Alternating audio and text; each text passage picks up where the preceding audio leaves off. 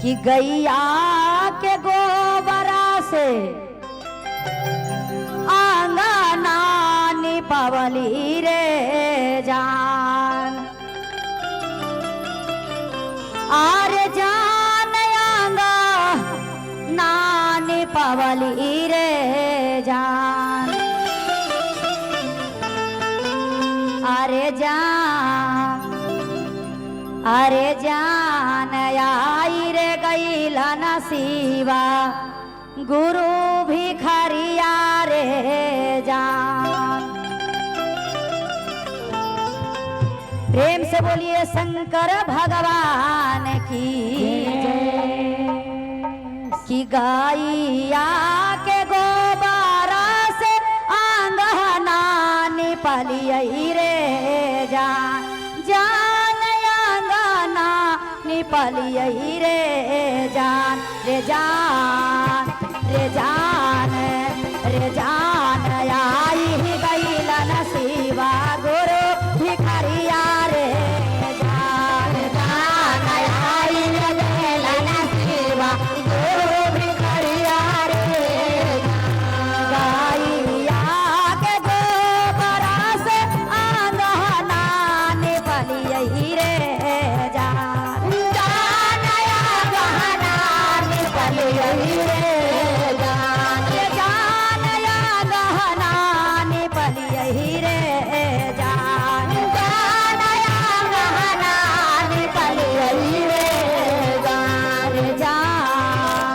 रे जान आई रे गईला नसीबा गुरु भिखरिया रे जान। जान आई रे गईला नसीबा गुरु भिखरिया रे जान। जय हो।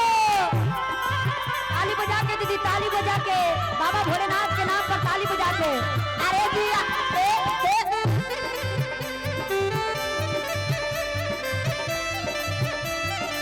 क्या बात है दीदी, क्या बातें लग रहे हैं।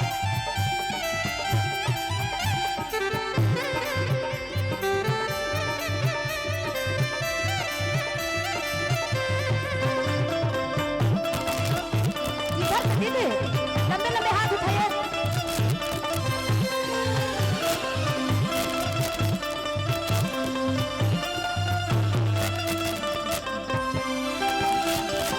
जब हमारे भोलेनाथ के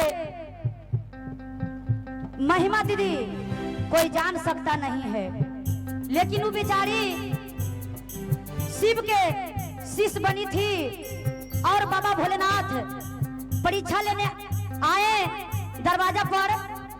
तो कितनों कोई महाराजा रहे दीदी और गरीब रहे, कुछ न कुछ दान पुण्य करना जरूरी है गुरु बहना। ये दान करने से ये मत सोचिए कि हम आज कंचन काजल के ऋतु के 150 दे रहे हैं, हमको नहीं दे रहे हैं गुरु बहन। अपना भगवान के पास मजूरी जमा कर रहे हैं कि भगवान के पास जाइएगा, भगवान पूछेंगे। तो कहते हैं जब दरवाजा पशु बेचारी बूढ़ी माई जाके कहलन, घर में गईलन कि बहू तनी एगो बाबा आयल रहे, तनी कुछ कुछ दान दक्षिणा देवे के बा। तो कहत रहने का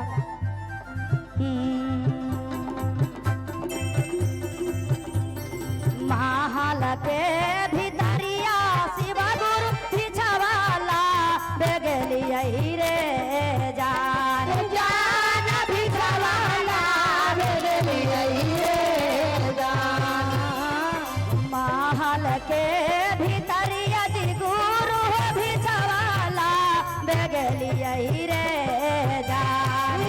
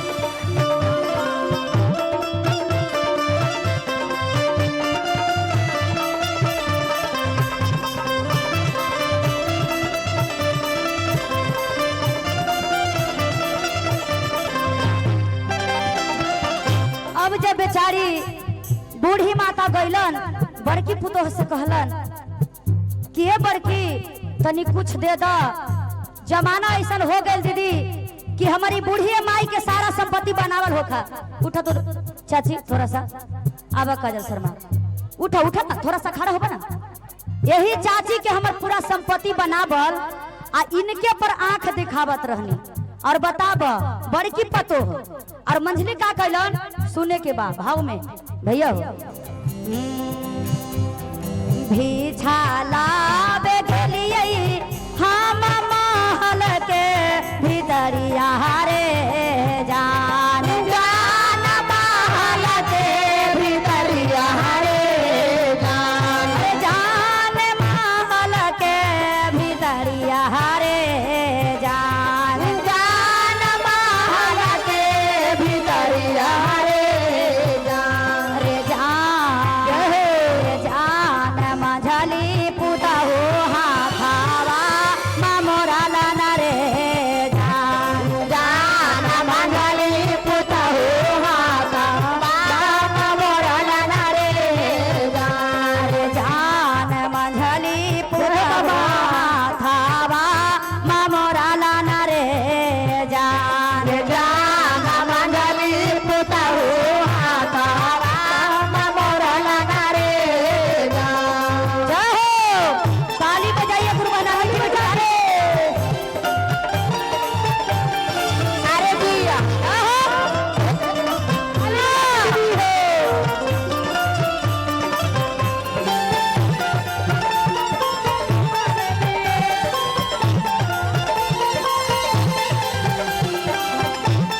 अरे दिया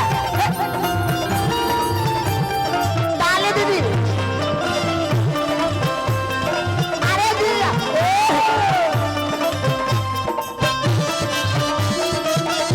क्या बात है पीछे वाले दीदी क्या बात है पीछे वाले ताली दीदी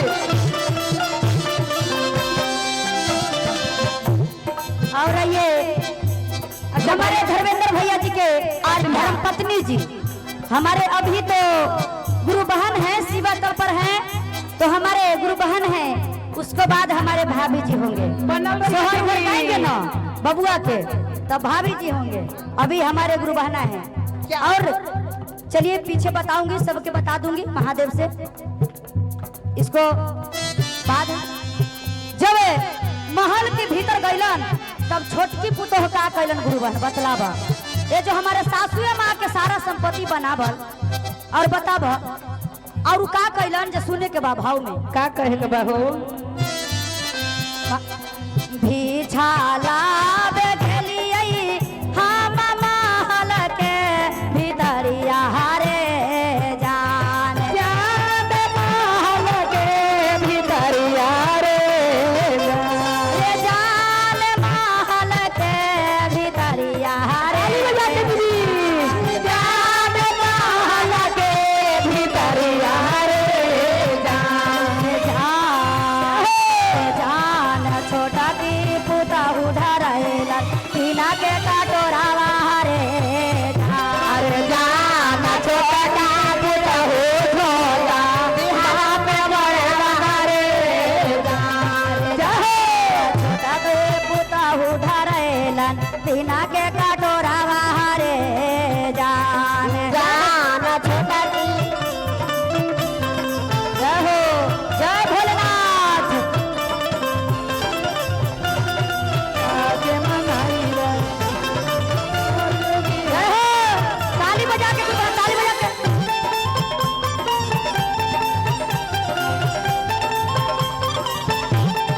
अरे दिया इधर से दीदी ताली बजा के आओ भाई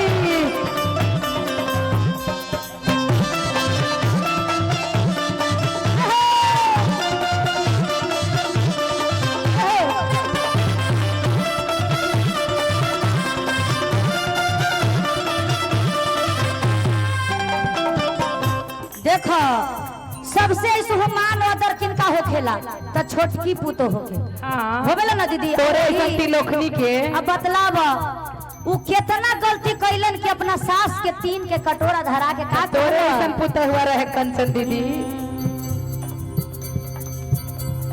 चालियो में जाहो जी सासू गलिया बिछावा मांगे रे जान जान मांगे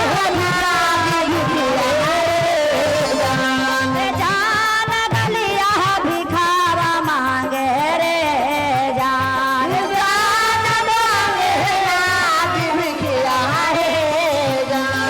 जान हम नाही देव एक मुट्ठी चौआ रे जान जान हमें नाही देव एक मुट्ठी चौआ रे जान हम नाही देव एक मुट्ठी चौआ रे जान जान हम नाही देव एक मुट्ठी चौआ रे जान बाबा भी ताली बजा के एकदम ना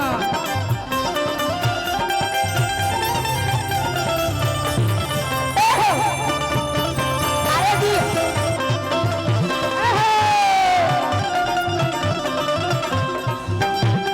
जिया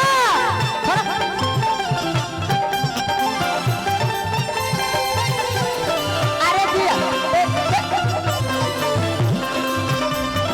ताली बजा के चला रे दीदी क्या बात है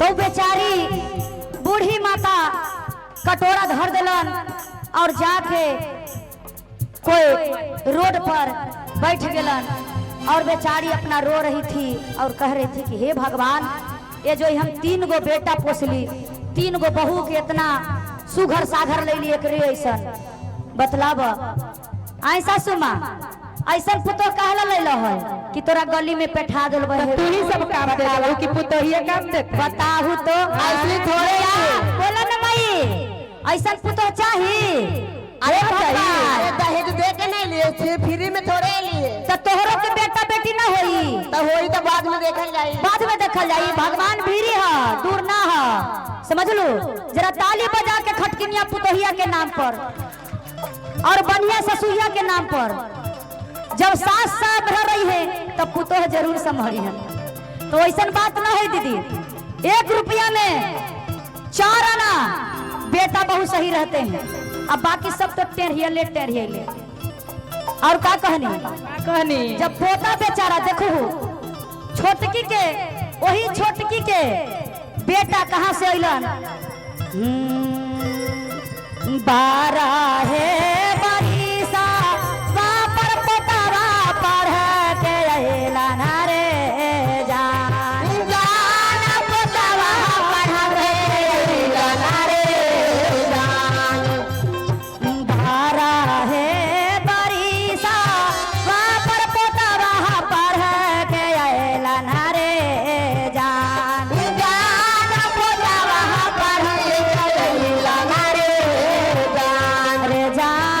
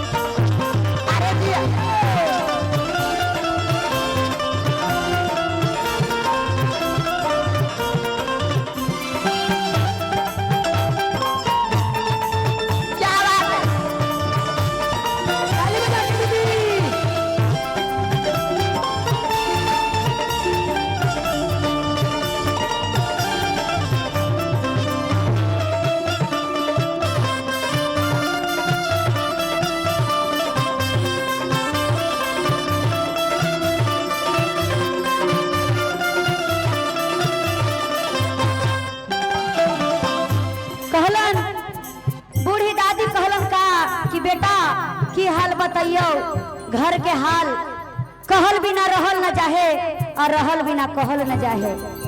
अब तो हम की बताइयो बेटा, जे एगो साधु बाबा अइलथुन हल दरवाजा पर, तो वही कहलन कि माई तोरा भिक्षा उछा दे द।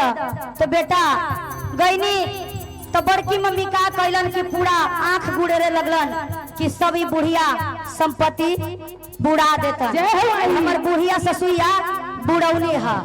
उ कहल को बेटा, और मंझली चाची का कहलो कि धर के हाथवा में मोड़ दिलो कि जैबे जैसे चला जा निकलो, तोहरे लाई बनैनी। हाँ बताबा उनके माइये के संपत्ति पर और पुतोहे तिबरा धाक चलावतिया, कहतिया का बेटा तोहर माई का कैलन, ये जो टीन के कटोरा हो न बेटवा, वही तीनमा के कटोरवा दे दिलो हथवा में कि जा मम्मी मांग चांग के दान करहु। बेटाओ पोता, तो पोता कह रहे का काने गेल किया भैलन बारह की चचनिया रे जान जान बारह की चचनिया रे जान। काने गेल किया भैलन माझरी चचनिया रे जान जान माझरी चचनिया रे जान।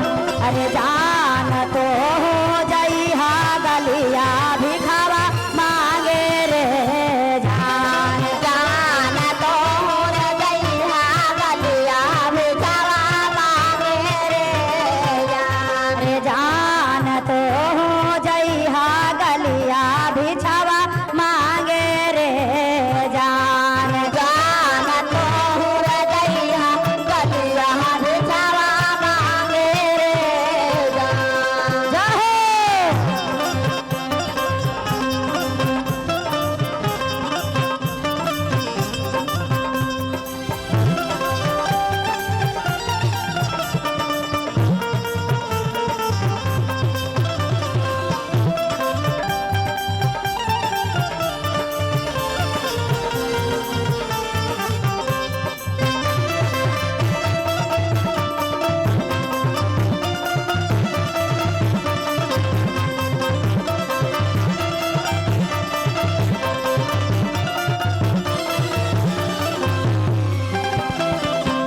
अपना माई के कहलन कि माई ई केकर संपत्ति हिया, दादे दादी के नहिया।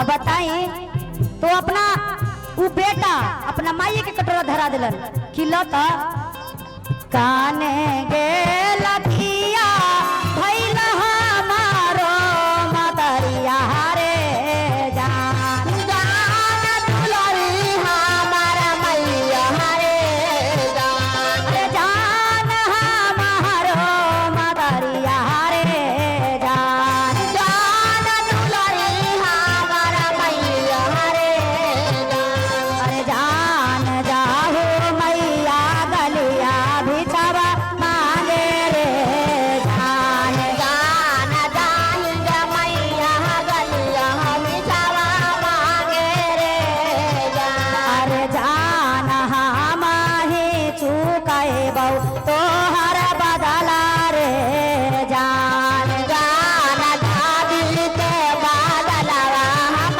चुकाएबौ रे जान।